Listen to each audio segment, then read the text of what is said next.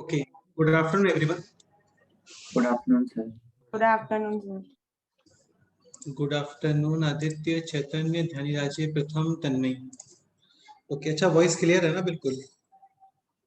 हाँ, ओके, ठीक है. तो I hope you all are good. Start करते हैं. एक तो ये नेटवर्क प्रॉब्लम बड़ा हो रहा है लास्ट 1 वीक और 2 वीक से. ठीक है, चलो देखते हैं. सो लास्ट लेक्चर तक कोई डाउट है किसी स्टूडेंट को? बोलो. अच्छा, होमवर्क आपको बोला था सॉल्व करने को, हो गया कंप्लीट? हाँ सर. हाँ, तो होमवर्क इवनिंग को डिस्कस करेंगे 6 PM ऑनवर्ड्स. 6 PM से जब तक आपके डाउट्स रहते हैं तब तक.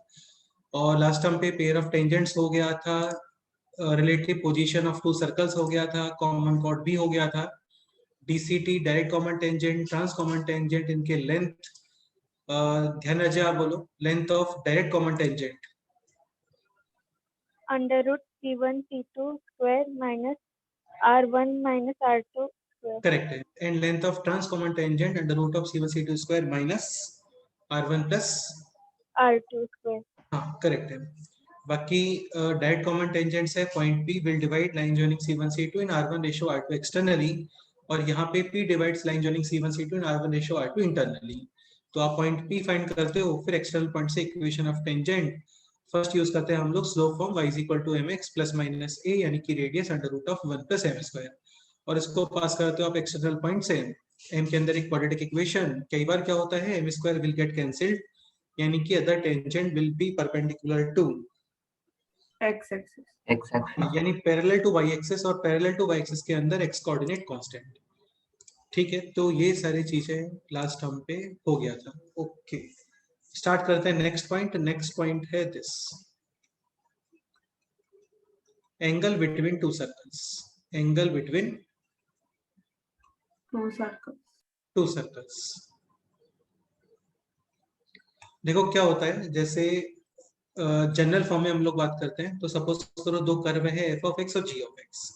This curve is y is equal to f of x, this curve is y is equal to g of x. बाकी ये 12th क्लास में और डिटेल्ड में आता है, एप्लीकेशन ऑफ डेरिवेटिव में.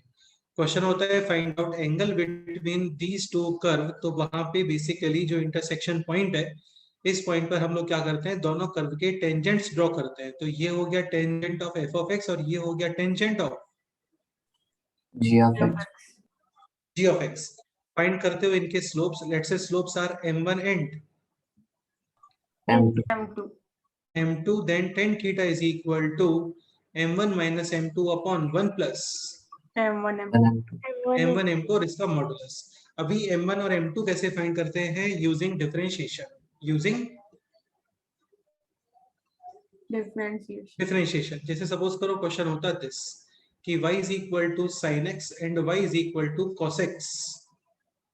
Determine angle between these two curves.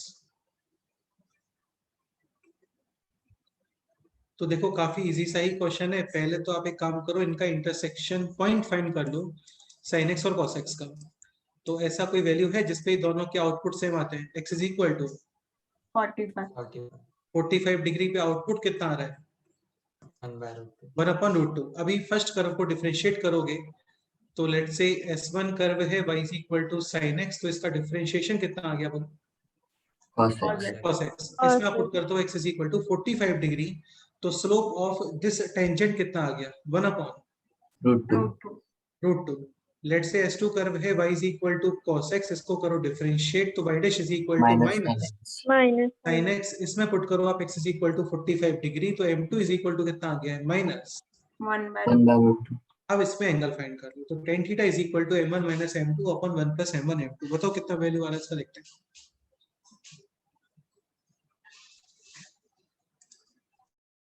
Root 2. तो m1 minus m2 यानी 1 upon root 2 plus 1 upon root 2 यानी कि root 2 upon 1 plus m1 m2. सो 1 माइनस ऐसा नहीं यार, रूट 2 नहीं आ रहा है. 2 root 2. हाँ, so theta is equal to tan inverse 2 root 2. 2 root 2. ये इसका आंसर हो गया. करेक्ट है. हाँ सर. फिर एक टर्म ये भी होता है कि both curve are orthogonal, both curves are orthogonal. तो ऑर्थोगोनल के केस में हम लोग क्या करते हैं, angle between two curves is 90 degree. So basically वहां पर दोनों के टेंजेंट्स का जो स्लोप है उनका मल्टीप्लिकेशन कितना आना चाहिए, -1। -1। बिल्कुल, एक काम करो, क्वेश्चन ये सॉल्व कर लो आप।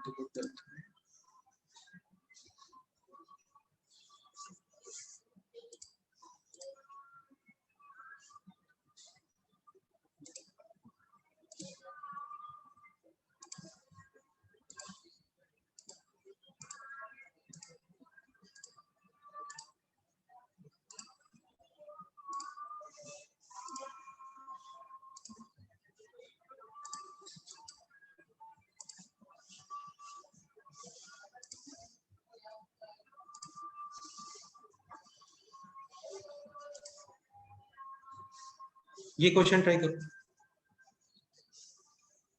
Find angle between y square is equal to 4x and x square is equal to 4y। Find angle between y square is equal to 4x and x square is equal to 4y। y square is equal to 4x, x square is equal to 4y। ये question.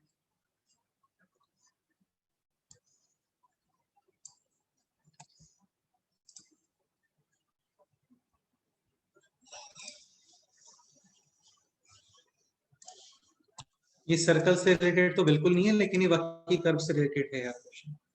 तो यहीं पे क्या सारे knowledge इकट्ठा collect कर लेते हैं हम लोग, तो हो जाता है, ऐसा टफ नहीं होता कुछ भी समझ।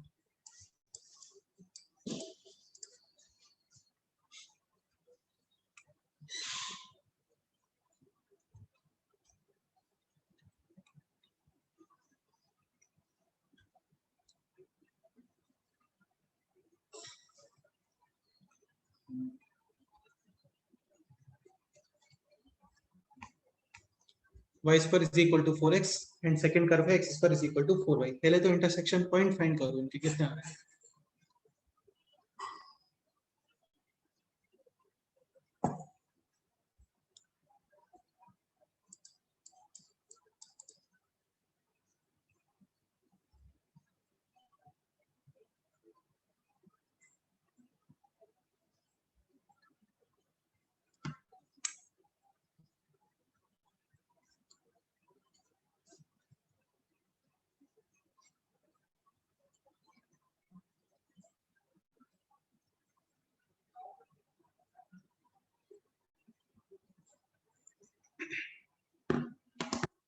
तो y square is equal to 4x, x square is equal to 4y। Intersection points बोलो। 4,4 4, 4। हाँ, और या देखो तुम लोग ऐसा नहीं करना चाहिए, आपको बताया था कभी भी कैंसिलेशन करते हैं number of -4, solution decrease. -4 comma -4 ऐसे थोड़ी होता है यार, ऐसे रैंडम थोड़ी बता रहे हैं। देखो y square is equal to 4x, x square is equal to 4y। पहले तो ये सेट कर लो यहाँ पर कि which variable you want to eliminate, किस वेरिएबल को एलिमिनेट करना है बोलो। लेट से x एलिमिनेट कर देते हैं, तो x कर देते हैं, तो x है y स्क्वायर अपॉन 4। ये वैल्यू यहाँ पे पुट करोगे, वैल्यू ऑफ x, तो ये हो गया y to the power 4 upon 16 is equal to 4y। y cancel, cancellation करने से नंबर ऑफ सॉल्यूशंस डिक्रीज, यानी यहाँ पे लिखो y इज इक्वल टू 0, और अभी रिमेनिंग है y cube is equal to 64, यानी कि y इज इक्वल टू 4। अब एक पॉइंट समझने का ट्राई करो, y इज इक्वल टू 4 आप यहाँ पे पुट करते हो ना, y इज इक्वल टू 4, तो ये बनेगा x square is equal to 16, यानी x is equal to plus minus 4 4, but x is equal to -4 कभी नहीं हो सकता, वरना यहाँ पे प्रॉब्लम आएगा। समझ गए हाँ सर।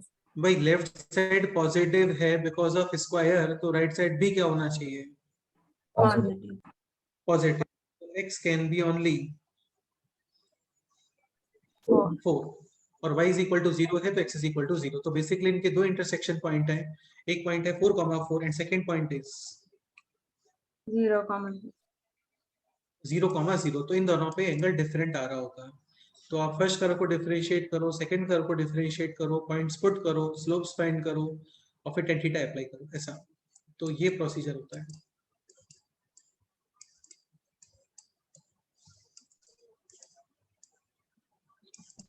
करते हैं। सो S1 कर्व है y square is equal to 4x, इसको करते हैं डिफरेंशिएशन। तो y स्क्वायर का डिफरेंशिएशन 2y और y का differentiation dy by dx dx dx। तो मैं बोल रहा हूँ लेट्स से m1 4x का डिफरेंशिएशन 4 4, ठीक है। तो m1 is equal to 4 upon 2y और y है 4, यानी m1 इज इक्वल टू कितना आ गया 1 अपॉन 2। इसको नेक्स्ट पेज पे करते हैं।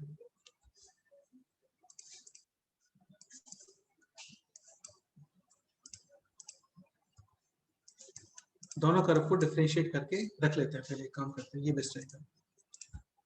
तो स्लोप ऑफ 1 है 2 अपॉन y, सेकंड कर्व है x square is equal to 4y 4y। इसको डिफरेंशिएट करो, x स्क्वायर का डिफरेंशिएशन 2x, 4y का differentiation dy by dx dx। तो m2 is equal to x upon 2 2 0.4 comma 4।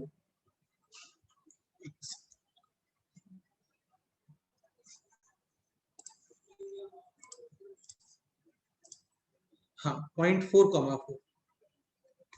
तो m1 यानी slope of first tangent is equal to 1 upon 2 2 and slope of second tangent 0 बेटा 0 नहीं आ रहा है, dy by dx x upon 2 है ना यहाँ पे, तो इसमें x is equal to 4 put करो ना, कितना आ रहा है 2 2। अभी tan theta is equal to m1 minus m2 upon 1 plus m1 m2, वैसे भी मॉडुलस आने वाला है, तो m1 minus m2 is 3 upon 2 upon 1 plus m1 m2, यानी कि theta is equal to tan inverse 3 upon. ठीक है, मैथ्स में ऑल्दो ये एंगल हम लोग यूज नहीं करते, फिर भी एंगल है 37 7 डिग्री, बिल्कुल। अब यूज करते हैं पॉइंट 0,0। देखो समझने का ट्राई करना, 0,0 है तो m1 तो है नॉट डिफाइन, समझ रहे हो? parallel to x axis हाँ, और m2 है 0, तो एक लाइन है लाइक दिस, सेकंड लाइन है लाइक दिस, एंगल कितना आ गया यहाँ पे 90 90 डिग्री। तो ऐसा ही होता है, मतलब टू कर्व जरूरी नहीं होता है ना कि जस्ट एक पॉइंट पे ही इंटरसेक्ट करेंगे, हो सकता है वो काफी सारे पॉइंट्स पे इंटरसेक्ट कर रहे हैं। तो इन जितने भी इंटरसेक्शन पॉइंट्स आ रहे हैं, सब पे angle between these to curve different निकल के आता है। आप इस पॉइंट को यूज करके फाइंड करोगे m1 m2, इस पॉइंट को यूज करके फाइंड करोगे m1 m2, इस पॉइंट को यूज करोगे फाइंड, इस पॉइंट को यूज करके फाइंड करोगे m1 m2, और सबके लिए different different tan theta find करोगे। करेक्ट है? हाँ सर अब जल्दी से ये क्वेश्चन कर दो। क्वेश्चन है s1 y square is equal to 2x, s2 2xy is equal to k। If s1 and s2 are orthogonal, orthogonal का मतलब ये आ गया कि डिफरेंशिएशन के जो मल्टीप्लिकेशंस हैं m1 एंड m2, उनका मल्टीप्लिकेशन कितना आ रहा होगा -1। Angle between to curve orthogonal यानी कि 90 डिग्री। एक पॉइंट और इंटरसेक्शन पॉइंट निकालने का हमेशा रिक्वायरमेंट बिल्कुल नहीं होता। लेट्स से इंटरसेक्शन पॉइंट है p कॉमा q q। इस पॉइंट का स्पेशलिटी ये है, this point will be satisfying both the curves हाँ, यानी q square is equal to 2p और 2pq is equal to k a। ये आप कहीं पे तो यूज कर सकते हो। क्वेश्चन को करो स्टार्ट, फर्स्ट कर्व को डिफरेंशिएट करो, सेकंड कर्व को डिफरेंशिएट करो। डिफरेंशिएट करना आता होगा है ना, 2xy है, वहां पे समेशन रूल अप्लाई होगा, पता है ना समेशन रूल। हाँ सर और दोनों से m1 और m2 वैल्यू निकाल के m1 m2 is equal to -1 करो। इन दोनों का कहीं पे यूज होता है तो यूज कर लो, और फाइनली फाइंड करो value of k square. Answer will be numerical. करो ट्राई।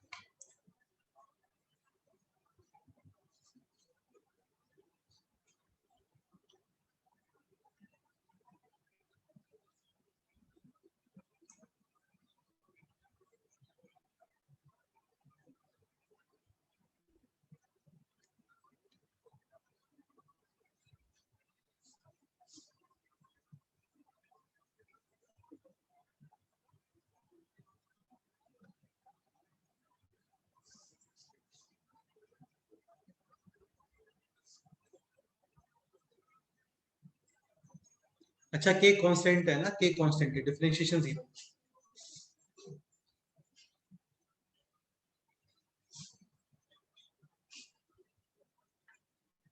एक्स वाई का differentiation x y dash plus y x का डिफरेंशिएशन 1 और k upon 2 differentiation 0 0। So m2 is equal to, m2 का मतलब y डैश माइनस का y upon x, y है q, x है p, यानी कि minus q upon P. p।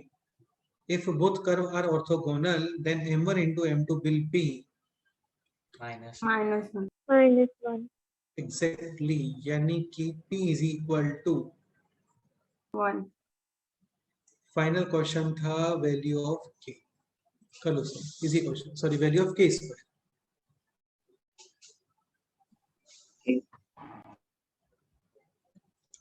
तो k square is equal to 4p square और q square can be written as 2p, p is equal to put कर दो यहाँ पर 1, तो k square is equal to, अरे बोलो 8. हाँ करेक्ट।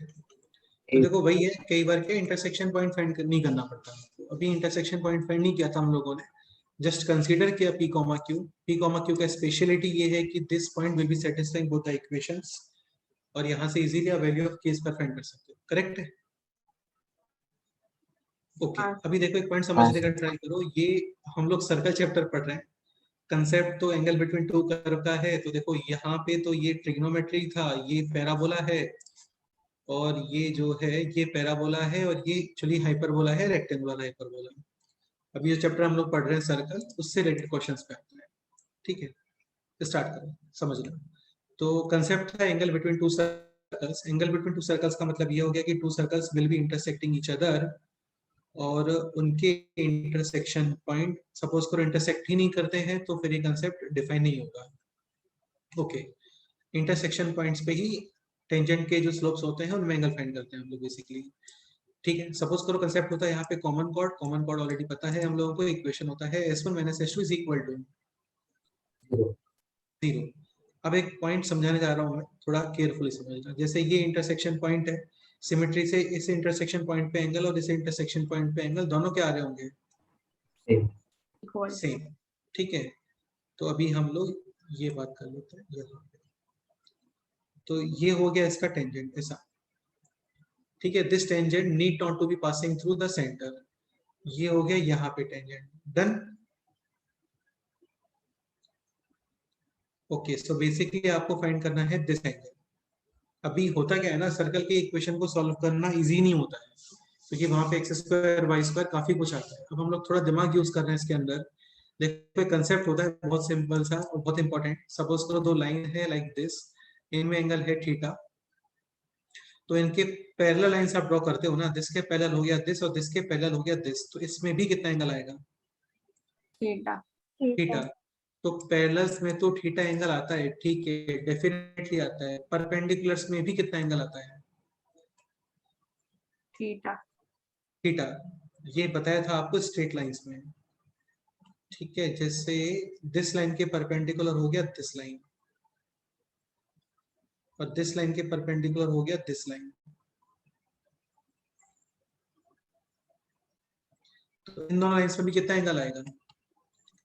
थीटा। थीटा। ये है 90 90 180, तो this angle is 180 minus theta, तो दिस एंगल थीटा थीटा। और देखो वैसे भी सपोज करो टू लाइंस में 30 डिग्री एंगल है, तो 150 degree is also correct. Suppose करो 60 डिग्री आंसर है, तो 120 degree is also correct. But generally हम लोग बताते हैं क्या? Acute angle. हाँ, एक्यूट एंगल, इसीलिए tan theta is equal to m1 - m2 upon 1 + m1 m2। वहां पे मॉड अप्लाई करते हैं। क्या अप्लाई करते हैं? Mod. So that tan theta is equal to positive, theta is first quadrant, ऐसा। अभी देखो प्रॉब्लम क्या चल रहा है, सर्कल के काफी सारे क्वेश्चंस जस्ट ज्योमेट्री को यूज करके हो जाते हैं, बट यहाँ पे हम लोग ज्योमेट्री यूज नहीं कर पा रहे। तो यहाँ पे हम लोग कंसेप्ट यूज करेंगे दिस। ये जो टेंजेंट आपको दिख रहा है, ये tangent, this tangent is for S1 circle और S2 circle. S2. S2 circle, तो इसके परपेंडिकुलर आप एक लाइन ड्रॉ कर लो और डेफिनेटली टेंजेंट के perpendicular line will be passing through centre. Centre. ऐसे ये जो टेंजेंट है which is a tangent for S1, इसका परपेंडिकुलर लाइन ड्रॉ करोगे और सर्कल के केस में टेंजेंट के perpendicular line will be passing through centre. Centre. Centre.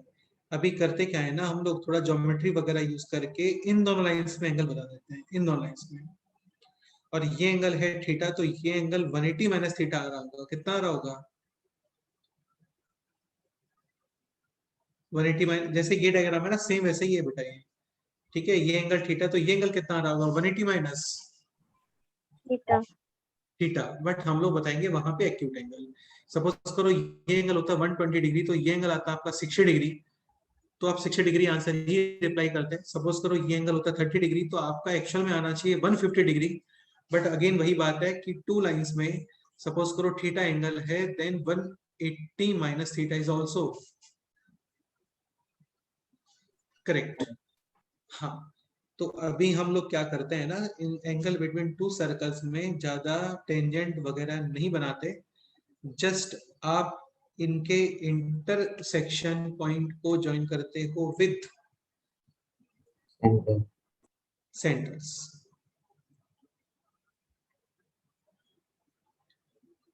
ऐसा, और फिर हम लोग ये एंगल बता देते हैं। ठीक है, radius r1, radius r2, this distance है c1 c2, और ये एंगल लेट्स से है theta.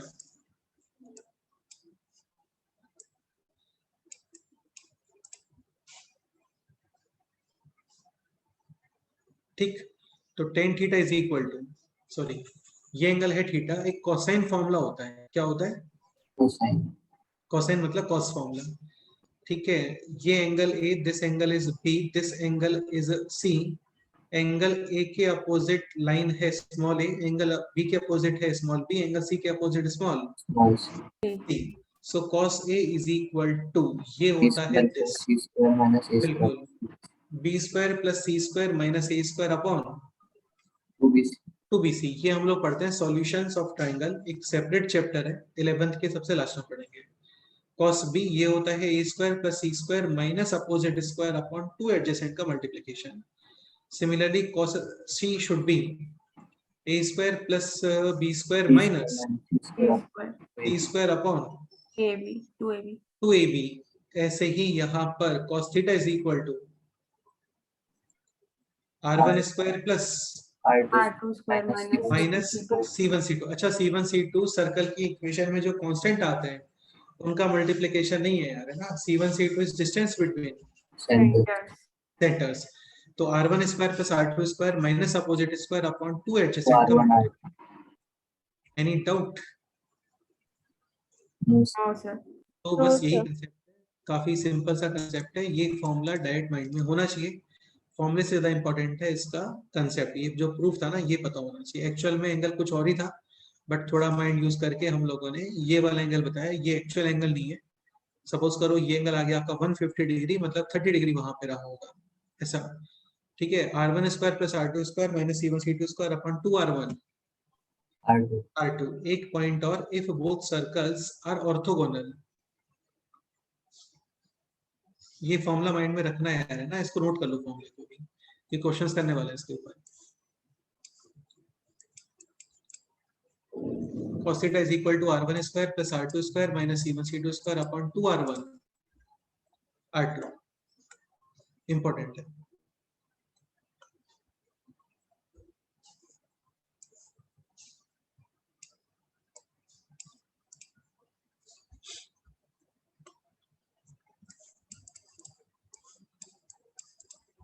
If both circles are orthogonal, orthogonal का मतलब हो गया theta is equal to 90 90 degree, cos 90 degree होता है 0, यानी r1 square plus r2 square is equal to c1 c2 square. काफी ज्यादा है ये इंपॉर्टेंट। r1 यानी कि फर्स्ट सर्कल का रेडियस, r2 यानी सेकंड सर्कल का रेडियस, c1 c2 यानी कि डिस्टेंस बिटवीन सेंटर्स। सेंटर्स। एक पॉइंट और,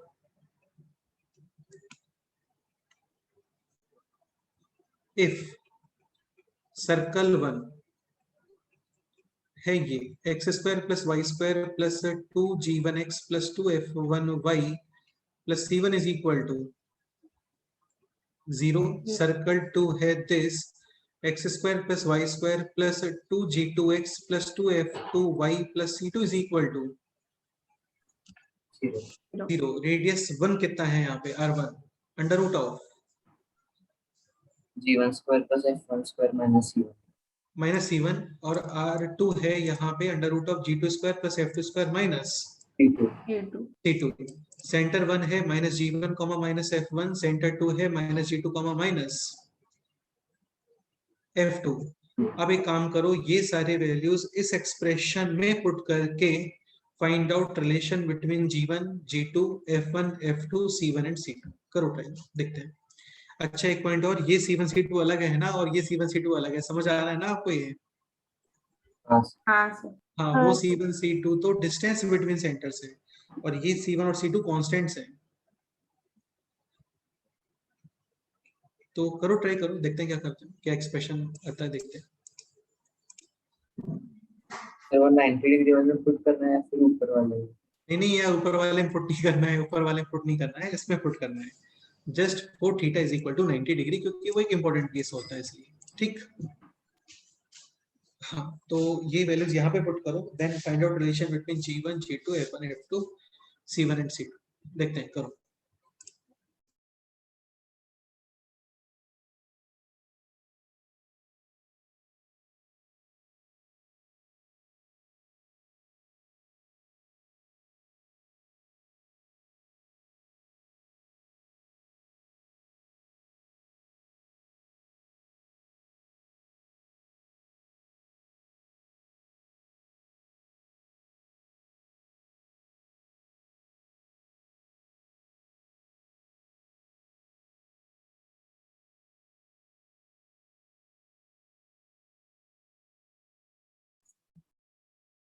sir C1 plus C2 is equal to 2G2 G1 plus 2F1.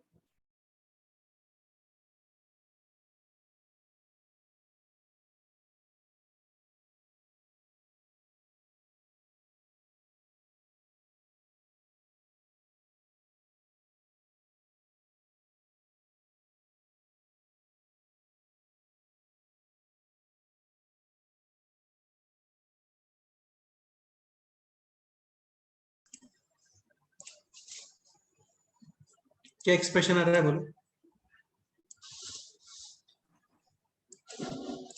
C1 plus C2 is equal to 2G1 G2 plus 2F1. Correct है, बिल्कुल सही है. So r1 square यानी g1 square plus f1 square minus c1, r2 square under root तो हट जाएगा वहां से, g2 square plus f2 square minus c2 is equal to c1 c2 यानी कि डिस्टेंस बिटवीन सेंटर्स. तो सेंटर्स है minus g1 comma minus f1 और minus g2 comma minus f2.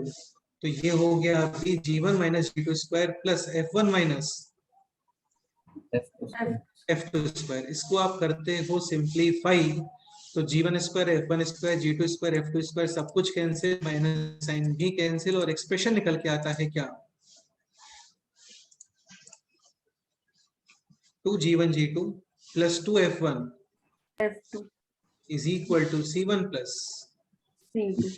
c2. जो एक्सप्रेशन आपको इंफॉर्मेशन के अकॉर्डिंग मोर कन्वीनियंट लग रहा है वो हम लोग यूज कर लेते हैं. हम लोग यूज कर लेते हैं आइदर दिस और दिस. ये एक्सप्रेशन भी माइंड में रखो, r1 square plus r2 square is equal to c1 c2 square, c1 c2 distance between centres, और ये एक्सप्रेशन है 2g1 g2 plus 2f1 f2 is equal to c1 plus c2. एक point ये ध्यान रखना, इस स्ट्रक्चर में राइट साइड में कितना होना चाहिए? 0. 0 और कोफिशिएंट ऑफ x स्क्वायर और y square should be 1. What is g1? g1 is coefficient of x का हाफ, क्योंकि कोफिशिएंट ऑफ x है 2g1, तो हाफ कितना हो गया? g1. ऐसे ही f1 कोफिशिएंट ऑफ y का हाफ, f2 भी कोफिशिएंट ऑफ y का हाफ, g2 भी कोफिशिएंट ऑफ x का हाफ सेकंड सर्कल में. डन.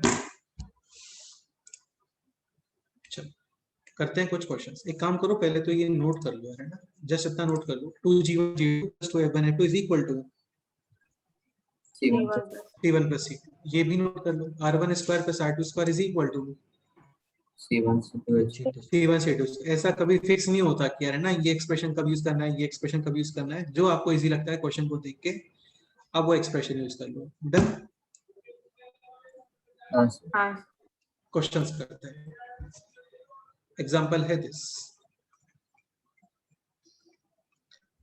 Circle 1 circle 2। सर्कल 1 है x square plus y square minus का 4 इज इक्वल टू 0। सर्कल 2 है x square plus y square minus 2x minus 2y is equal to 0। Determine angle between these two circles.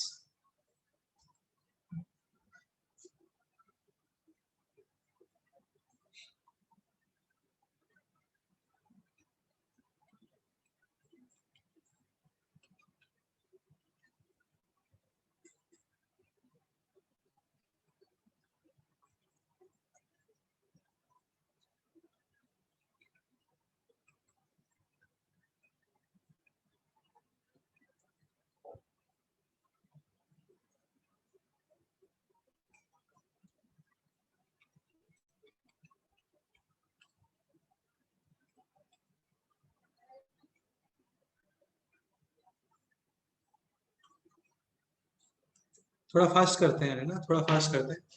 तो ये chapter फिर 95% complete हो जाएगा। एक segment रहेगा इसके अंदर, फैमिली ऑफ सर्कल्स, उसके पहले तक पूरा कर लेते हैं।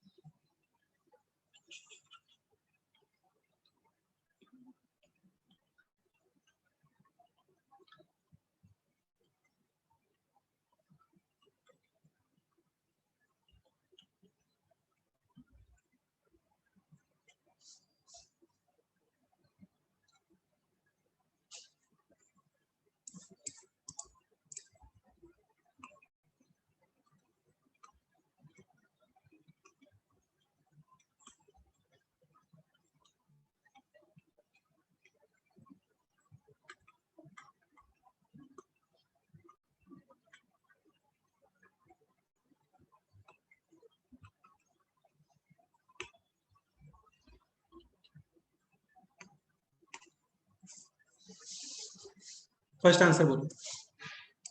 45। ओके, तो cos theta is equal to r1 square plus r2 square. Centre है 0,0, रेडियस 1 है, इसमें 2, सेंटर है 1,1 और रेडियस 2 हो गया यहाँ पे कितना, √2। तो cos theta is equal to r1 square यानी कि 4 प्लस r2 स्क्वायर यानी कि 2 माइनस c1 c2 स्क्वायर यानी कि 2 अपॉन 2 r1 r2 यानी कि ऐसा। ठीक है, तो 2 कैंसिल, 4 भी cancel, cos theta is equal to 1 upon √2 यानी कि theta is equal to 45 degree. Correct है। क्वेश्चन 2 सॉल्व करो। If circle this and this are orthogonal then find out the value of p। काफी ज्यादा इजी क्वेश्चन है। Radius वगैरह निकालने के उसमें बिल्कुल मत रहना, डायरेक्ट यहाँ पे जो एक्सप्रेशन था सेकंड वाला वो यूज कर लो, यानी कि 2g1 g2। g1 कितना है इसके अंदर बोलो, 5। g2 R/2। 2 f1 f2। f1 है 3/2 and f2 P1 is equal to c1 है -5 और c2 सर वो 0 आएगा। क्या हुआ। कुछ नहीं।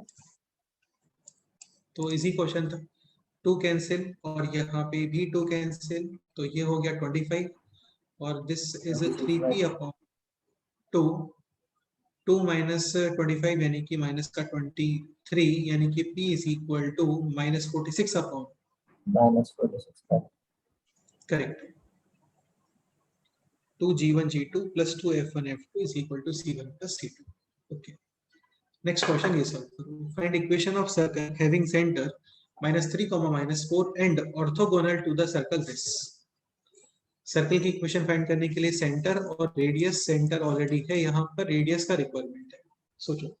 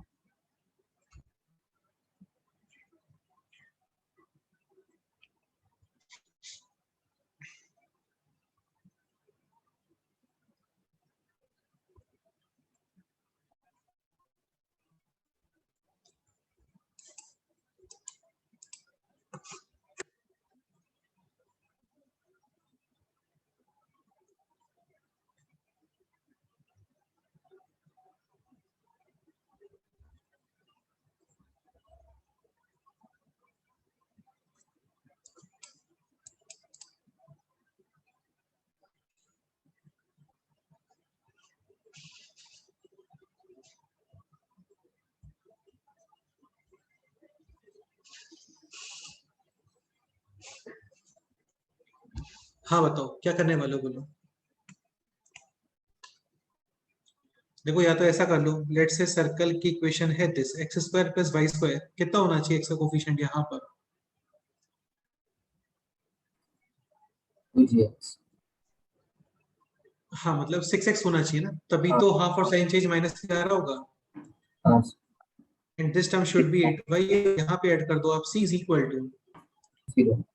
0। Now both circles are orthogonal, we can apply to g1 g2। g1 है कोफिशिएंट ऑफ x का हाफ यानी कि -2, g2 है 3, to f1 coefficient of y का half -3, f2 4 is equal to c1 plus c2 यानी कि 10 प्लस, हाँ c correct है। तो ये हो गया अभी -12 -20। और -36 is equal to 10 plus c यानी कि c इज इक्वल टू -46। -46। तो इक्वेशन हो गया ये x square plus y square plus 6x plus 8y -46 is equal to, 0। या फिर ये भी कर सकते थे r1 square plus r2 square is equal to c1 c2 whole square. Whole square, c1 c2 is distance between centres, r2 square second circle से आ जाता, आपको डायरेक्ट वहां पे r1 स्क्वायर की वैल्यू मिलती, वो फिर यूज हो जाता वहां पे। डन। Yes sir. ओके तो ये सब था एंगल बिटवीन टू सर्कल्स, इतना ही होता है। नेक्स्ट पॉइंट पे मूव करते हैं। नेक्स्ट पॉइंट है दिस रेडिकल। अच्छा यार एक पॉइंट और एक पॉइंट देखो, काफी सिंपल सा पॉइंट समझने का ट्राई करो।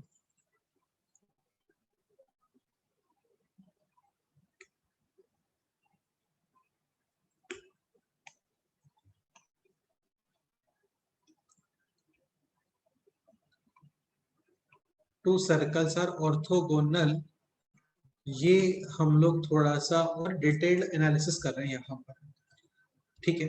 टू सर्कल्स आर ऑर्थोगोनल का मतलब ये हो गया कि दोनों टेंजेंट में कितना एंगल आ रहा होगा, 90 डिग्री। 90 बिल्कुल। अभी एक पॉइंट समझने का ट्राई करो, जैसे यहाँ पे इसका टेंजेंट ड्रॉ किया, ठीक है, सेकंड टेंजेंट वो इस सर्कल का है यहाँ पर, और दोनों में एंगल कितना आ रहा है? 90। तो 101% this tangent will be passing through centre. Centre, क्योंकि इसके परपेंडिकुलर लाइन तो सेंटर से ही पास करेगा ना। हाँ सर। और वैसे भी थीटा एंगल और 180 माइनस थीटा एंगल एक सिचुएशन में सेम हो जाते हैं when theta is equal to 90। Degree. 90 degree. होता क्या है ना, when two circles are orthogonal, दोनों टेंजेंट्स अपने आप से कहां से पास करते हैं? सेंटर। सेंटर से, अपने आप सेंटर से पास करते हैं। अब इसका यूज क्या है? यूज तो काफी है इसका, थोड़ा सा देखते हैं। C1 C2 R1 and R2, ठीक। Radius 1 will be same as, R2। अरे नहीं, R1 R2 ये सेम हो जाएगा बेटे। Radius 1 will be same as length of tangent from C1 to S2, yes or no? मतलब यहां से आपने सर्कल के ऊपर ड्रॉ किया टेंजेंट, तो इसका जो लेंथ आ रहा है वो किसके इक्वल आ रहा है? रेडियस। R1। हाँ, और लेंथ ऑफ टेंजेंट होता है रूट एस पर। Done. Similarly R2 will be same as length of tangent from C2 to, अरे यार बोलो, S1। S1। ये पॉइंट यूज होगा, देखते हैं। अभी ये थोड़ा माइंड में रखना। ओके, नेक्स्ट पॉइंट पे आते हैं। Next point of this chapter is this radical axis. Radical axis. Important है। रेडिकल एक्सिस वर्ड को इतना यूज नहीं करते हैं, जैसे length of direct common tangent, trans common tangent को यूज नहीं करते, बट आपको ये पता होना चाहिए कैसे दो सर्कल करते हैं टच, तो ये लेंथ आप इजीली कर सकते हो find out. C1 C2 square minus R1 minus R2। हाँ, और उसको हम लोग बोल देते हैं length of direct common tangent. Next point है यहाँ पे रेडिकल एक्सिस। रेडिकल एक्सिस क्या होता है समझने का करो ट्राई, काफी इजी सा पॉइंट है, देखते हैं। कभी कभार इसमें पता नहीं कुछ मिस्टेक होता है।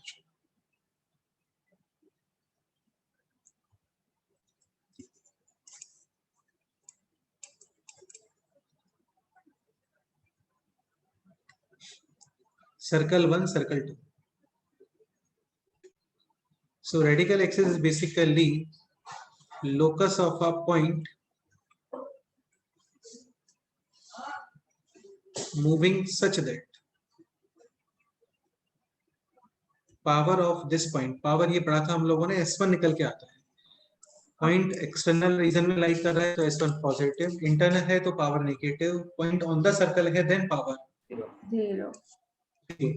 so this is radical axis locus of a point moving such that power of this point with respect to two given circles are are Same. same। मतलब सपोज करो पॉइंट है इधर कहीं पे, तो इस पॉइंट का इन दोनों सर्कल के रेस्पेक्ट में power should be same. Power को डिफाइन कैसे करते हैं, PA into PB. Should be same as PC into CD. PD। तो PA into PB is equal to PC into PD, और PA इंटू PB होता है लेंथ ऑफ टेंजेंट के square के इक्वल, यानी 101%। PT1 और PT2 भी क्या आ रहे होंगे, Equal. इक्वल।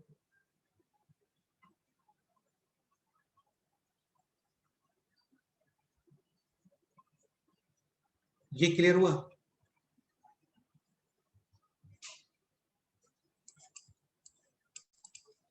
और PA इंटू PB की वैल्यू हम लोग लिखते हैं कितना, S1, और यहाँ पे काम करो क्या लिख दो इसको, S2। S1 का मीनिंग ये होता है कि पॉइंट के coordinates as it is with the sign without slight mistake, इस कर्व के अंदर करोगे put, coefficient of X square Y square होना चाहिए 1। ऐसे ही यहाँ पे भी coefficient of X square and Y square कितना होना चाहिए, 1. 1। और ये पॉइंट आप यहाँ पे पुट करोगे, इधर पुट करोगे। Now S1 is equal to S2, so we can write S1 minus S2 is equal to, 0. और ये पहले भी पढ़ चुके हैं हम लोग, this is equation of, Common chord. लेकिन वो तब होता है when both circles are Touching externally. Intersecting each other. जब इंटरसेक्ट कर रहे होते हैं ईच अदर, तो फिर कॉमन कॉर्ड का इक्वेशन क्या निकल के आता है, S1 minus S2 is equal to 0. 0। और सपोज करो both circles are touching each other externally, तो ये होता है ट्रांस कॉमन टेंजेंट या फिर direct common tangent, Trans common time. Trans common tangent. इसका इक्वेशन भी होता है S1 minus S2 is equal to 0। Suppose करो दोनों सर्कल कर रहे हैं इंटरनली टच, तो this one is DCT. DCT। इसका इक्वेशन भी क्या आता है, S1 minus S2 is equal to 0. 0। यानी in a particular case radical axis will be common chord, in some cases radical axis will be same as DCT, in one case radical axis will be same as TCT। हाँ, तो अभी तो ये करेगा यहाँ पर move, और इस लाइन का इक्वेशन है कितना, S1 minus S2 is equal to 0. 0। और इसी को हम लोग क्या बोल देते हैं, रेडिकल एक्सिस। बेसिकली सर्कल 1 में से आपको सर्कल 2 की इक्वेशन करनी है माइनस, सर्कल 2 माइनस सर्कल 1 भी कर सकते हो, एक ही बात है। तो ये पॉइंट है। अगेन इसके ऊपर जितने भी पॉइंट्स हैं उन सबका स्पेशलिटी समझने का ट्राई करो, कि यहाँ से ये डिस्टेंस मतलब इसका टेंजेंट का लेंथ और ये टेंजेंट का लेंथ दोनों क्या रहे होंगे, Equal. इक्वल। मतलब if any line is represented by S1 minus S2 is equal to 0, तो वो होता है रेडिकल एक्सिस। उसका स्पेशलिटी ये होता है कि उसके ऊपर जितने भी पॉइंट्स हैं उन सब से दोनों सर्कल पे जो पावर होती है उसकी लेंथ पावर सेम होती है, यानी कि दोनों के ऊपर टेंजेंट का लेंथ भी क्या आने वाला है, Same. सेम। ठीक है, जस्ट 1 मिनट।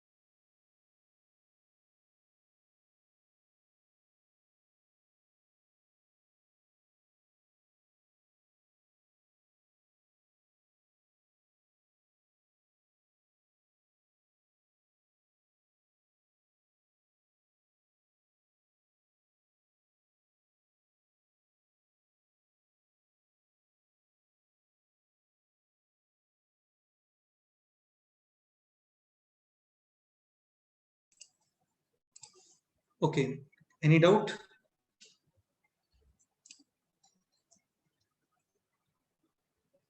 ठीक है, तो ये लाइन इंपॉर्टेंट है कि if any line is represented by s1 minus s2 is equal to 0. 0, तो इसके ऊपर जितने भी पॉइंट्स होते हैं इन सारे पॉइंट से दिस टेंजेंट और दिस टेंजेंट का लेंथ सेम। एक पॉइंट ध्यान रखना, ऐसा नहीं होता है ना कि सपोज करो ये लेंथ है 5 तो ये भी 5 आने वाला है, ऐसा कुछ नहीं है। हाँ, बट ये 5 है तो ये भी कितना होगा? 5। सपोज करो ये है 1, देन दिस इज आल्सो 1. 1। ठीक है, ये यार ये बहुत इंपॉर्टेंट पॉइंट है, अभी प्रॉपर्टीज लिखने वाले हैं इसके, तो ये और समझ में आएगा। ठीक है, स्टार्ट करते हैं इसके प्रॉपर्टीज।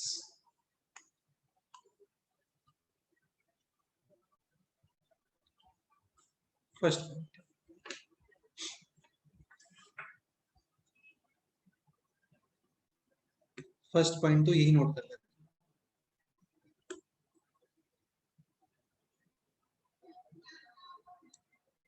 हैं। s1 minus s2 is equal to 0, common chord और radical axis both. Common chord, radical axis. अब सुनो ध्यान से, सपोज करो इस तरीके से एक लाइन ड्रॉ करते हैं। This point is a, this point is b, this point is p। 101% pa is equal to pv। ये पॉइंट इंपॉर्टेंट होते हैं, ये आपको डायरेक्ट समझ में आना चाहिए। अच्छा, ये कॉमन कॉर्ड है, इसकी इक्वेशन होती है s1 minus s2 is equal to 0। Radical axis की इक्वेशन भी ये होती है, और रेडिकल एक्सिस का स्पेशलिटी ये होता है कि यहाँ से दोनों सर्कल के ऊपर जो टेंजेंट का लेंथ है वो क्या होता है? इक्वल। सेम, पावर भी सेम। ठीक है, सेकेंड पॉइंट, मतलब इसी के अंदर और लिख लेते हैं ऐसा, both circles are externally touching each other. s1 minus s2 is equal to 0। ये कॉमन कॉर्ड नहीं है अभी, this is called as TCT, trans common tangent, और ये सेम है रेडिकल एक्सिस। ठीक है, अगेन यहाँ से भी ऐसे कोई टेंजेंट ड्रॉ करोगे तो दिस सेगमेंट और दिस सेगमेंट सेम, और एक इंटरनल टच का बना देते हैं।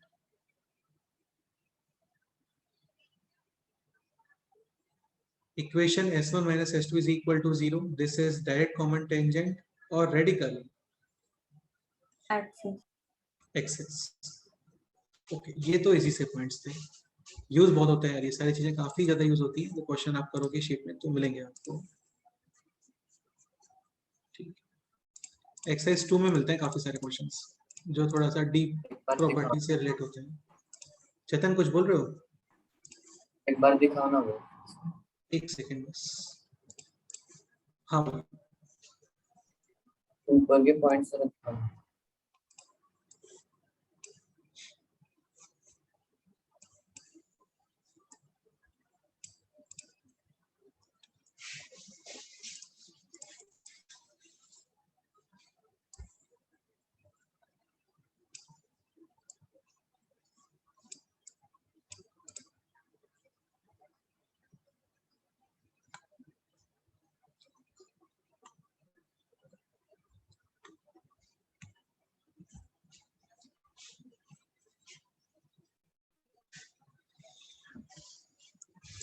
नोटेड।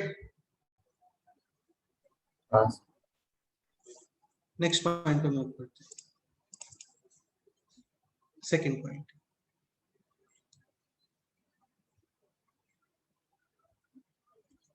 सर्कल 1, सर्कल 2, ये है रेडिकल एक्सिस,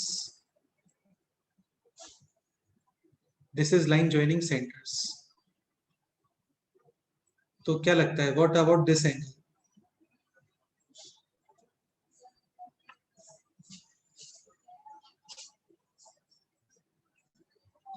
बताओ सोच के।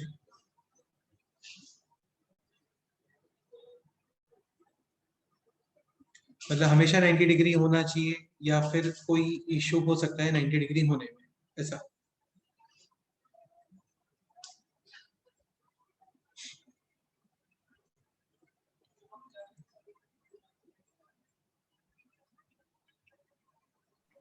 हमेशा 90 डिग्री नहीं होगा। क्या बोल रहे हो चेतन? हमेशा 90 डिग्री नहीं होगा। ऑलवेज 90 डिग्री होना चाहिए? नहीं होना चाहिए। नहीं होना चाहिए, ऐसा क्यों लग रहा है तुम्हें?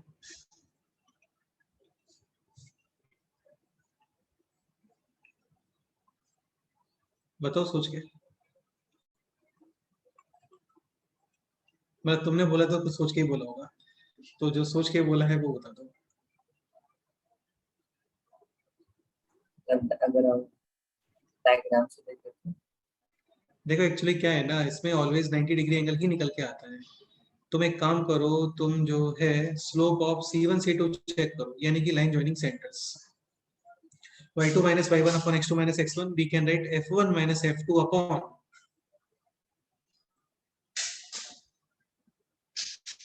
g1 minus G2.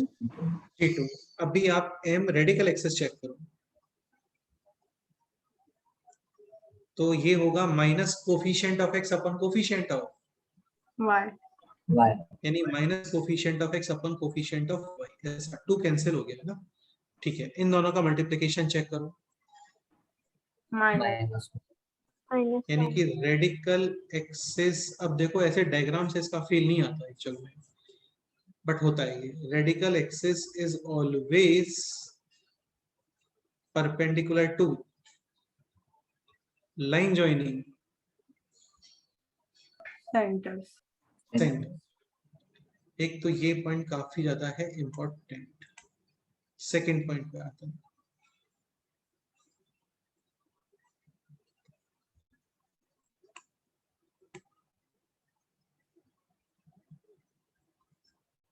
Let's say this point है P, intersection point of radical axis and line joining centers.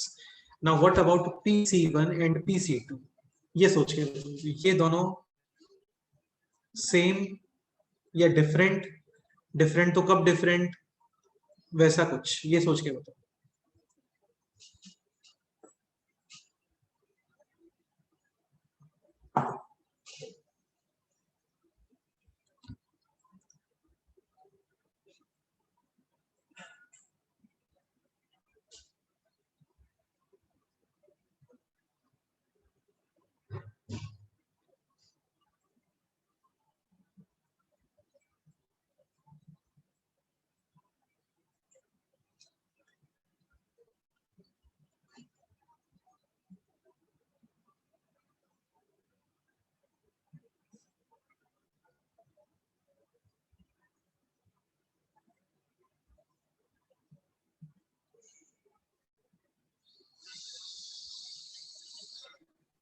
तो क्या करना है?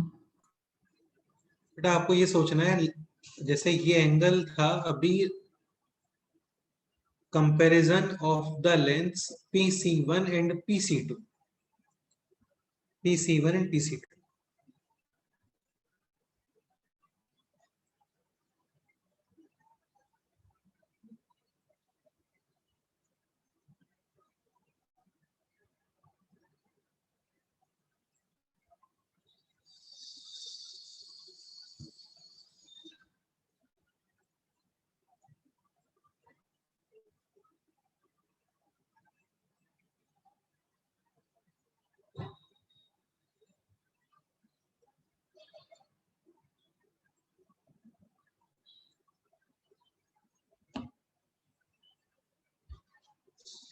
PC1 and PC2 in length के बारे में डिस्कशन करना है।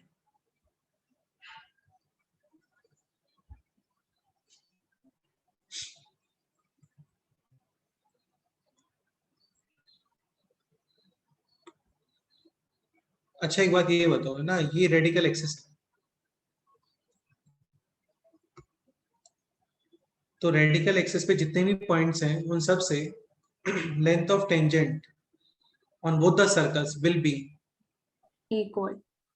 इक्वल। ठीक है, तो लेट्स से ये पॉइंट है P, ये भी रेडिकल एक्सिस के ऊपर लाई कर रहा है, मतलब यहां से भी दोनों सर्कल के ऊपर length of tangent will be same. So we can say कि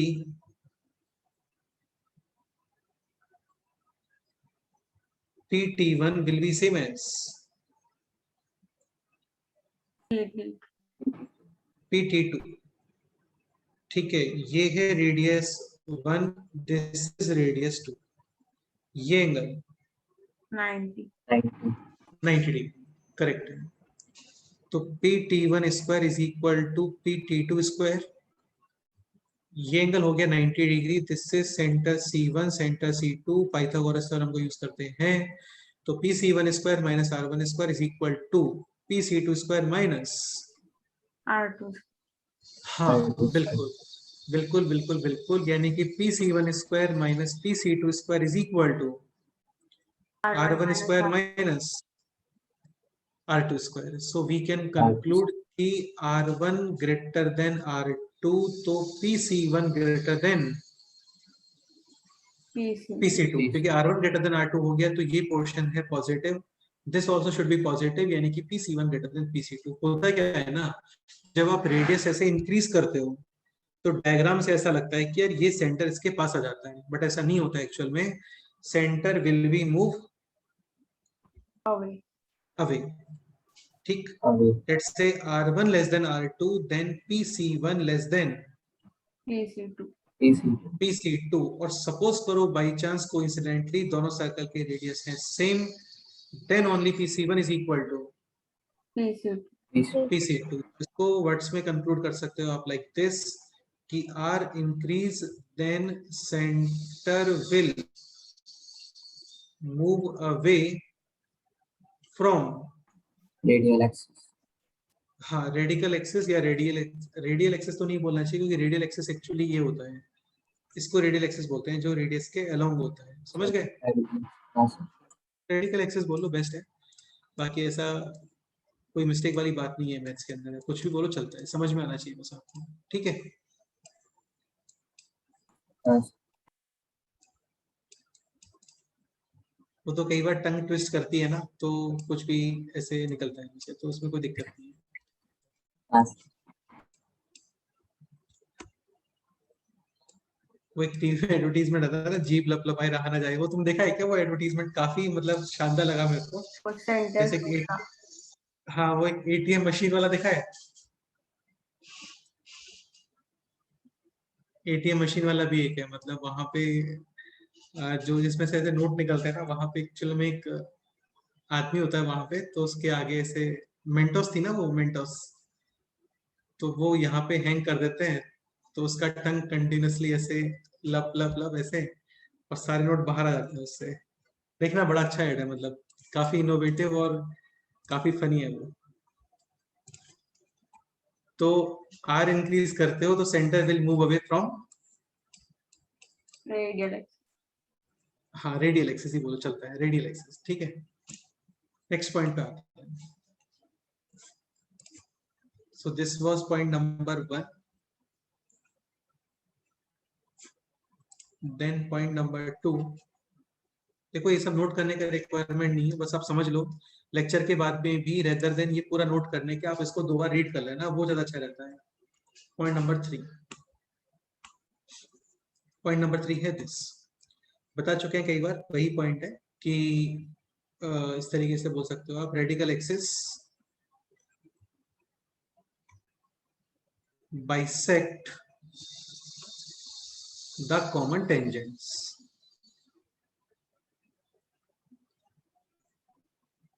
बाइसेक्ट करता है रेडिकल एक्सिस, बिल्कुल करेगा, क्यों नहीं करेगा। देखो ये जैसे ये टेंजेंट हो गया है ना, ये कॉमन टेंजेंट है, और यहाँ पे है रेडिकल एक्सिस। तो रेडिकल एक्सिस का स्पेशलिटी भी तो यही है कि इससे जो दोनों टेंजेंट्स निकलते हैं दोनों सर्कल्स के ऊपर, उनका लेंथ क्या होता है, Same. equal same. So let's say this point is P, this point is T1, this point is T2, तो PT1 is equal to PT2, और बिकॉज ऑफ ये पूरा एक ही लाइन है, तो ये दोनों सेगमेंट्स क्या हो गए, equal इक्वल। तो ये इसने डायरेक्ट कॉमन टेंजेंट को बाइसेक्ट किया है। सपोज करो बनाना है यहाँ, लेट्स से बनाते हैं ट्रांस कॉमन टेंजेंट।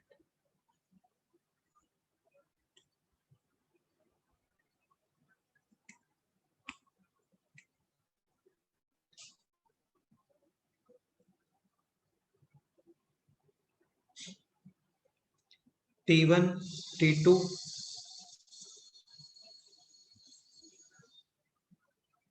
ये हो रेडिकल एक्सिस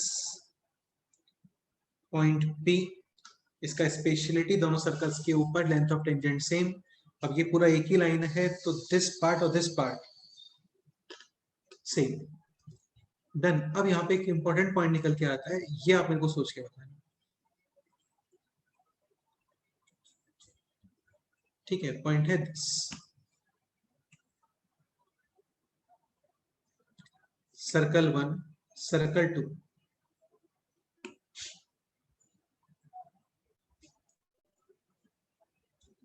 ओके, ये है radius 1, this is radius 2। Diagram के according R1 is greater than R2। Okay, ठीक है, तो ये हो गया इनका common tangent, trans common tangent. ठीक है, ये है लाइन जॉइनिंग सेंटर्स।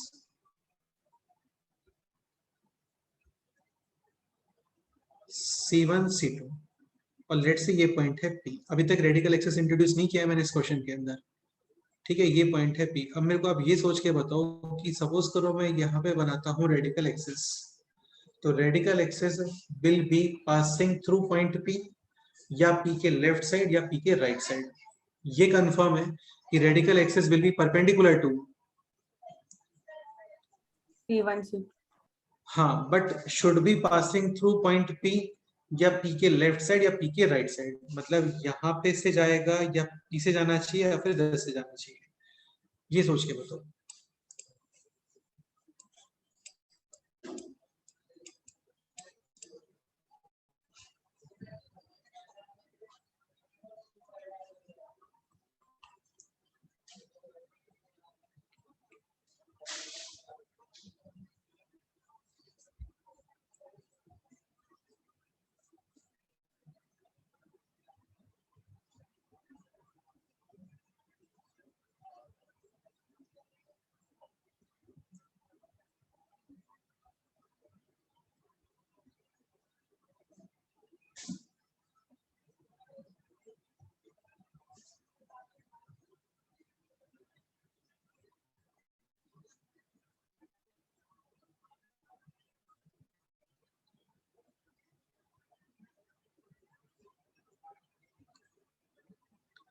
हाँ आदित्य तुम बोलो।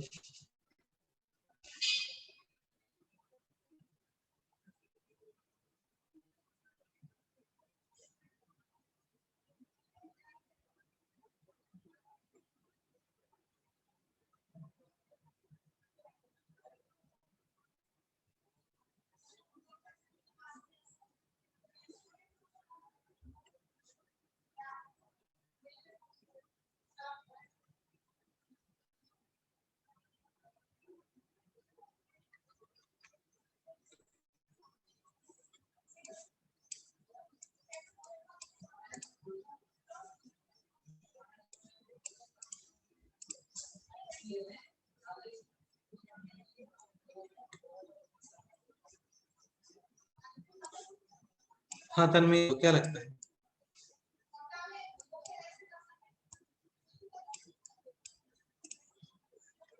मतलब रेडिकल, हाँ बोलो। राइट साइड को होना चाहिए। राइट साइड को क्यों? अगर वो R1 बड़ा है तो रेडिकल एक्सिस से C1 बड़ा होना चाहिए। देखो, कल एक पॉइंट बताया था आपको याद हो तो, कि लाइन जॉइनिंग सेंटर्स, और ये हो गया ट्रांसकॉमन टेंजेंट, इनका इंटरसेक्शन पॉइंट है P। P will divide C1 C2 in R1 ratio R2 internally। अरे बोलो ये सुनो। हाँ सर। तो 101% because of PA upon PB is equal to R1 upon R2, R1 greater than R2, यानी कि PA greater than बीबी PB। तो line joining centre से इंटरसेक्ट करते हैं ना, तो इस पॉइंट का स्पेशलिटी ये होता है कि PA और PB R1 रेशियो R2 के इक्वल आते हैं। बट रेडिकल एक्सिस का स्पेशलिटी ये होता है कि वहां से जो टेंजेंट्स बनते हैं उनकी लेंथ क्या होती है? इक्वल, या फिर वो डायरेक्ट कॉमन टेंजेंट और ट्रांस कॉमन टेंजेंट दोनों को क्या कर देते हैं? बाइसेक्ट। तो अब सोच के बताओ, रेडिकल एक्सिस पी के लेफ्ट साइड या राइट साइड?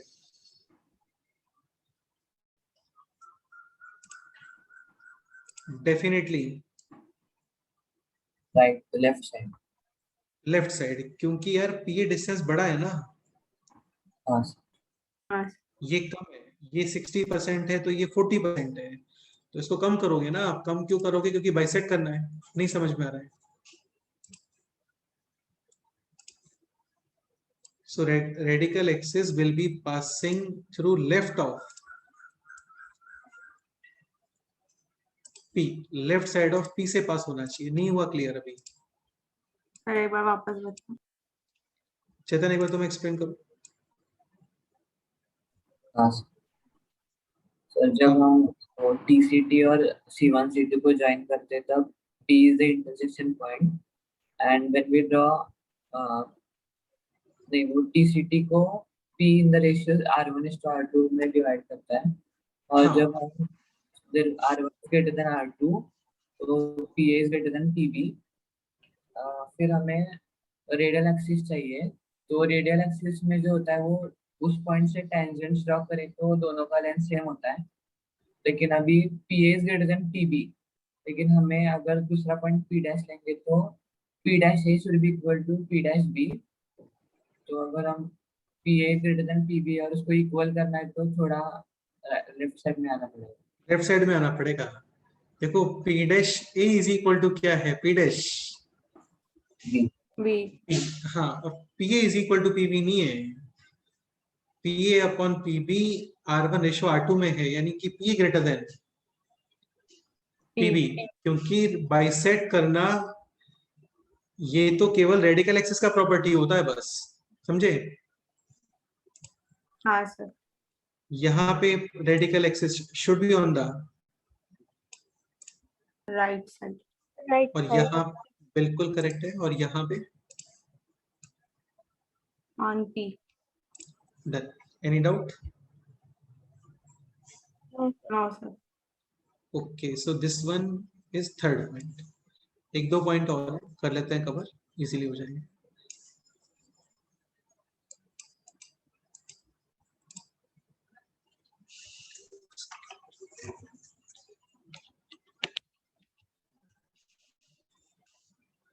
नेक्स्ट पॉइंट में मूव करते हैं। पॉइंट नंबर 4, ठीक है, ये थोड़ा अच्छे से समझ लेना। लास्ट पॉइंट है रेडिकल एक्सिस से related. A circle is orthogonal to two given circles. A circle is orthogonal to two given circle. इसको इस तरीके से लिखो यार ना,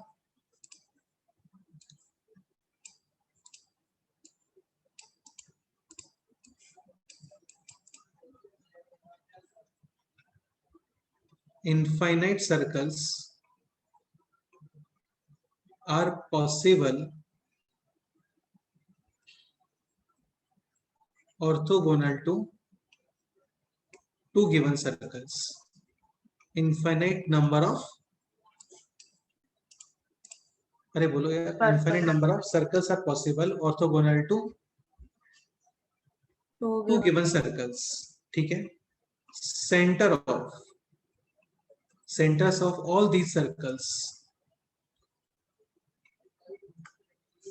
will lie on radical axis। मतलब ये जितने भी सर्कल्स बनने वाले हैं orthogonal to two given circles, इन सबके centre will be lying on radical.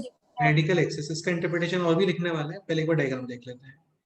देखो समझो ना, जैसे ये टू सर्कल्स हो गए, ये दोनों ऑर्थोगोनल नहीं है, ये तो हो भी सकते हैं नहीं भी हो सकते हैं, ये कहीं बाहर भी हो सकते हैं। इन दोनों के ऑर्थोगोनल की बात बिल्कुल नहीं चल रही है, ठीक है? एक थर्ड सर्कल है which is orthogonal to these two circles.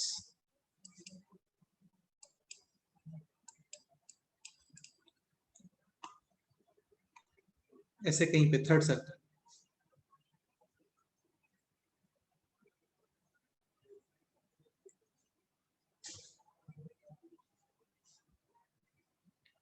ये ऊपर जा रहा होगा सर्कल ना, फुल डायग्राम बनाने का रिक्वायरमेंट नहीं है। This circle is orthogonal to these two circles. Just अभी थोड़ी देर पहले बताया था कि ये इसका टेंजेंट बन गया यहाँ पर बिकॉज ऑफ 90 डिग्री एंगल। ये जो रेड वाले का टेंजेंट है ये पास करेगा इसके सेंटर से, यस और नो? yes sir, और ये जो ब्लैक वाला सर्कल है इसका tangent will be passing through this centre, yes और नो? yes, ठीक है। अभी ये रेड सर्कल और ये ब्लैक सर्कल ये भी ऑर्थोगोनल है, तो आप इस रेड वाले का टेंजेंट बनाते हो तो बिकॉज ऑफ 90 डिग्री एंगल ये पास करना चाहिए C2 से, and because of 90 degree angle जो आप इस ब्लैक वाले का टेंजेंट बनाओगे ये पास करेगा इसके सेंटर से। ये क्लियर है? दिस एंगल, एक second, this angle 90, this angle is also 90, 90 90 degree. Point है दिस कि ऑल दीज सर्कल्स, जितने भी ऐसे सर्कल बनने वाले हैं उन सबके centres will be lying on radical radial axis, axis, radical axis. एक पॉइंट और, अब जैसे देखो सेंटर तो डेफिनेटली रेडिकल एक्सिस पे लाई करेगा, बट अब ये जो सर्कल है इस सर्कल का radius will be same as length of tangent from C, to this circle या फिर दिस सर्कल, क्योंकि रेडियस तो सेम ही रहते हैं। और 101% ये दोनों लेंथ्स के आने वाले हैं, equal, क्योंकि क्योंकि सास भी कभी होती है, ऐसा बिल्कुल नहीं, because of tangents from a same point are equal, नहीं नहीं, रेडिकल एक्सिस पे जितने भी पॉइंट्स हैं उन सबसे लेंथ ऑफ टेंजेंट दोनों सर्कल के ऊपर क्या होते हैं?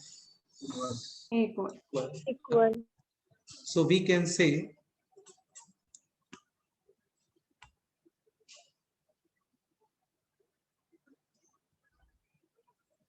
कैसे लिखना चाहिए इसको?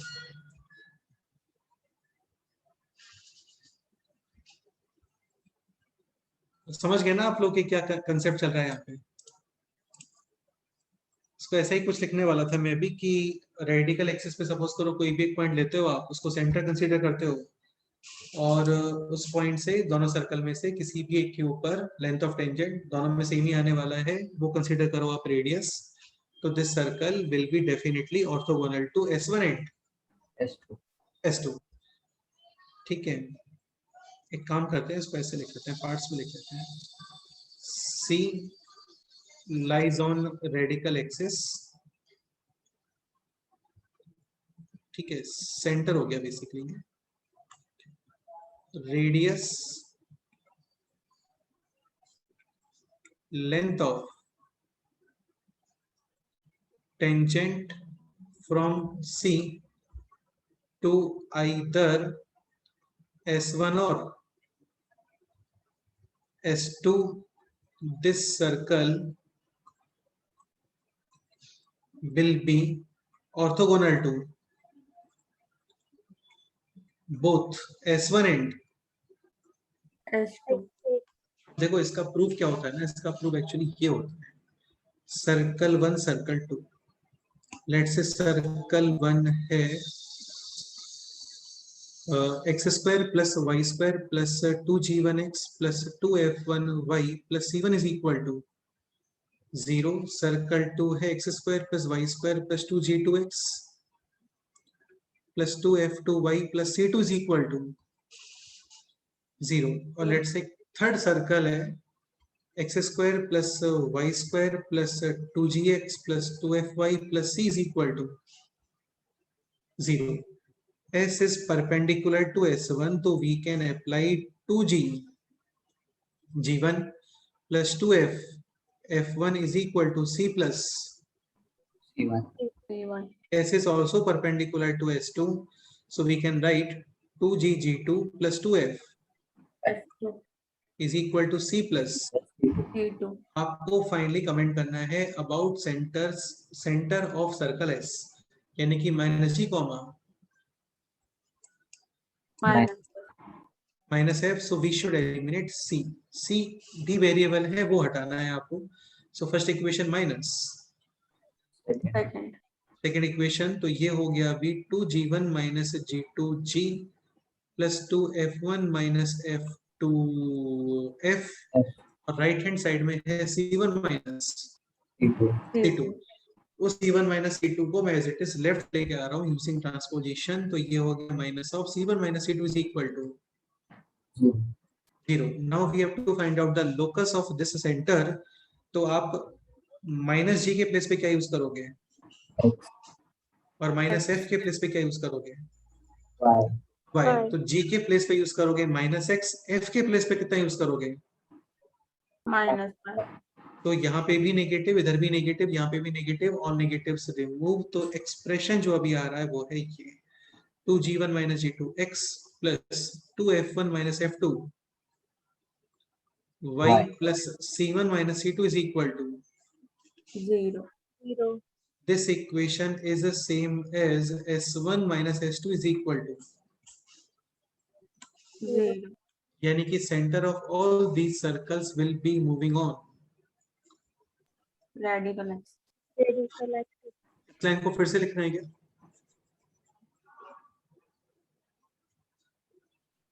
समझ गए?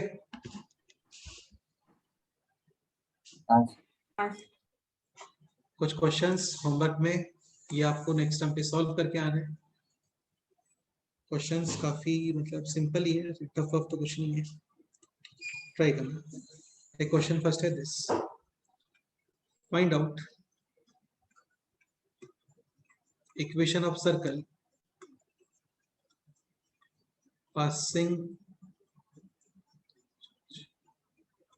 passing through origin and orthogonal to S1 and S2। S1 given है, S2 गिवन है। S1 गिवन है x square plus y square minus 4x plus 6y plus 10 is equal to 0। Circle 2 है x square plus y square plus 12y plus 6 is equal to 0। अच्छा, एक point और देखो, जितने भी कर्व ओरिजिन से पास होते हैं ना, उन सब में कांस्टेंट टर्म नहीं आता, क्योंकि x is equal to 0 put करने पर y भी कितना आना चाहिए, 0। 0। ठीक है, तो 0,0 पे सेटिस्फाई द गिवन इक्वेशन, सारे टर्म 0 बचेगा c, और वो भी कितना हो जाएगा, 0। 0। अभी ट्राई कर लो, एक काम करते हैं, अभी इसको कंप्लीट कर लेते हैं, करो सॉल्व करो।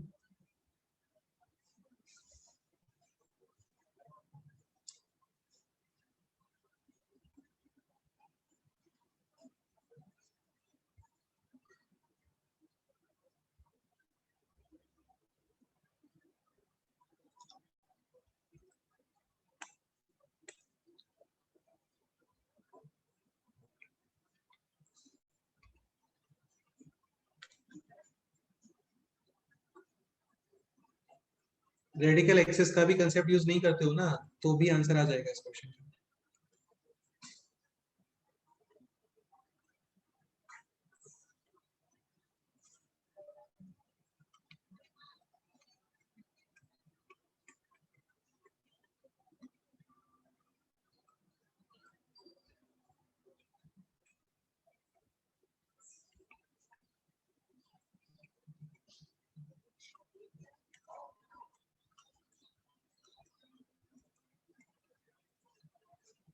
एक्चुअली क्या होता है, दो सर्कल को ऑर्थोगोनल इन्फिनिट सर्कल्स होते हैं, तो आपको एक एडिशनल इंफॉर्मेशन और गिवन होती है। जैसे यहाँ पे इंफॉर्मेशन गिवन है हैविंग स्मॉलेस्ट रेडियस। इस क्वेश्चन में इंफॉर्मेशन गिवन था पासिंग थ्रू पॉइंट, कहाँ चला गया ये, पासिंग थ्रू ओरिजिन। ठीक है, तो देखो ये मेथड यूज कर सकते हैं। Let's say consider equation of circle like this, x square plus y square plus 2gx plus 2fy plus c is equal to 0,0 से पास, तो c is equal to 0। Now s is perpendicular to s1, तो we can apply to g1 g2। g2 कितना आ रहा है बोलो, -2। -2, coefficient of x का half, 2f1 f2 कितना आ रहा है बोलो, 3 is equal to c1 plus c2। c1 है 0, c2 10। ऐसे ही s is also perpendicular to 2g1 g2 कितना आ रहा है यहाँ पे बोलो? 6 जीरो नहीं g2 0 0। हाँ क्या ऐसे गड़बड़ करते हो यार? 2f1 f2 कितना आ रहा है? 6 six is equal to c1 plus 6 c2। तो हो गया क्वेश्चन कंप्लीट। f की वैल्यू तो डायरेक्टली आ गई इसमें, कितनी 1 अपॉन 2 2। ये वैल्यू इधर पुट करना और क्या फाइंड कर लेना, जी वैल्यूज को यहाँ पे रख देना, क्वेश्चन सॉल्व। ठीक है, ये क्वेश्चन आपको होमवर्क में सॉल्व करके आना है, सोचना, ट्राई करना, इसको नेक्स्ट टाइम पे डिस्कस करेंगे। ठीक है, सर। हाँ बोलो। वो ऑर्थोगोनल सर्कल का वो टेंजेंट वाला एक बार वापस बताना, वो सेंटर से कैसे पास होते अरे कुछ भी नहीं है, जैसे बोथ सर्कल्स आर ऑर्थोगोनल, यानी ऑलरेडी ऑर्थोगोनल ही, मतलब दोनों में एंगल कितना आ रहा है? 90। 90 डिग्री जब एंगल आता है ना, तो बेटे ऐसे होता है, जैसे ये टेंजेंट है, ठीक है, तो इसका आप 90 डिग्री बनाओ, तो टेंजेंट की 90 डिग्री लाइन कहाँ से पास करती है? सेंटर यानी इसका जो इसके जो परपेंडिकुलर लाइन है, एक्चुअली ये परपेंडिक, दिस लाइन की बात कर रहा हूँ मैं, this line is actually tangent for, S1। और ये लाइन पास कहाँ से कर रहे हैं? हाँ सर समझा। हाँ, और ये एंगल है 90 डिग्री, तो ये है radius 1। This will be same as length of tangent from this point to this circle, yes और नो? यस हाँ, नॉर्मल नहीं बोल सकते आप, क्योंकि भाई नॉर्मल जब ऐसे इंटरसेक्ट करते हैं तो हमने इनको ऐसे ज्वाइन किया था। अब ये लाइन क्या S2 पर टेंजेंट है क्या? नहीं। टेंजेंट तो भाई ऐसे कहीं बनेगा ना, टच करते हुए जाएगा। हाँ सर। तो एक तो देखो, तुम एक चीज समझने का ट्राई करो, एक तो जैसे ये बन गया ऐसे, और एक ये बन गया, डिफरेंस है ना दोनों में। हाँ सर। हाँ, तो यही यही बात बताने का मैं ट्राई कर रहा था। ऐसा केवल 90 डिग्री वाले केस में होता है, समझ गए? हाँ सर। ओके, चलो फिर इतना ही करते हैं, बाकी नेक्स्ट टर्म पे करते हैं। नेक्स्ट टर्म पे सर्कल का थ्योरेटिकल पोर्शन कंप्लीट हो जाएगा, इजीली हो जाएगा, और होमवर्क आज इवनिंग को डिस्कस करते हैं 6 PM ऑनवर्ड्स। डन। हाँ हाँ चलो फिर मिलते हैं, नोट्स वगैरह कंप्लीट करके रखो, बाकी शिंगेज सॉल्व करते रहो साथ में। शीट का नेक्स्ट होमवर्क वो कल देते हैं, ठीक है? हाँ हाँ चलो ओके ना, मिलते हैं। ओके।